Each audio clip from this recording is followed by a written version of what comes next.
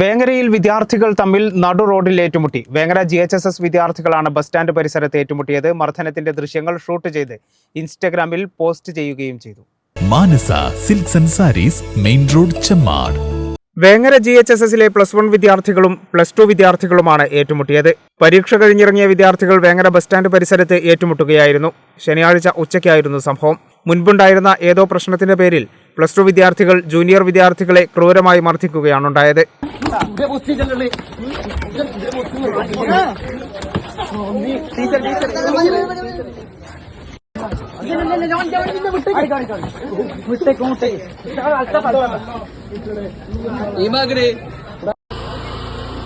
വിദ്യാർത്ഥികളെ ചവിട്ടുകയും അടിക്കുകയും ചെയ്യുന്നുണ്ട്.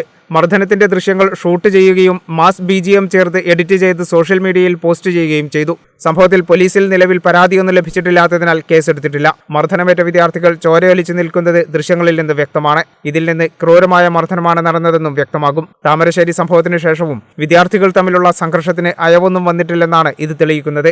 10ാം ക്ലാസ് പരീക്ഷ കഴിയുന്ന ദിവസം സംഘർഷ സാധ്യത കണക്കിലെടുത്ത് വിദ്യാഭ്യാസ വകുപ്പ് കർശന നിയന്ത്രണങ്ങൾ ഏർപ്പെടുത്തിയിരുന്നു. അതുകൊണ്ട് തന്നെ അന്നേ ദിവസം അനിഷ്ട സംഭവങ്ങളൊന്നും ഉണ്ടായില്ല. ഇതിനു പിന്നാലെയാണ് വേങ്ങര സംഭവം.